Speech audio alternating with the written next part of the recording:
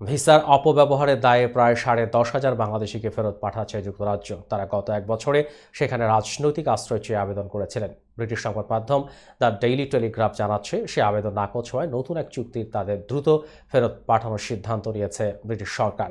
উন্নত জীবনের আশায় প্রতি বছর বিদেশে পাড়ি জমান বাংলাদেশিরা মূল গন্তব্য থাকে ইউরোপের নানা দেশ, তবে তাদের একটি বড় অংশই বেছে নেন অসাধু উপায়।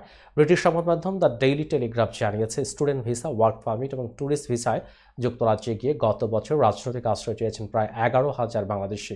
যাচাই বাছাই শেষে তাদের 5% আবেদন গ্রহণ করেছে ব্রিটিশ সরকার। টেলিগ্রাফের দাবি, এবার অবৈধ এইসব বসবাসকারীদের বিরুদ্ধে কড়া ব্যবস্থা নিচ্ছে যুক্তরাজ্য। ফাস্ট ট্র্যাক রিটার্ন চুক্তির আওতায় শুধু ব্যর্থ আশ্রয় প্রার্থী নন, ভিসার মেয়াদ শেষ হওয়া ব্যক্তিদেরও ফেরত পাঠানো হচ্ছে বাংলাদেশে। ভিসা ব্যবস্থার এই অপব্যবহারকারীদের তালিকায় শীর্ষে রয়েছে পাকিস্তান। গত বছর রাজনৈতিক আশ্রয় চেয়েছিলেন 17,400 পাকিস্তানি, আর এক্ষেত্রে ভারতীয়দের সংখ্যা 7,400।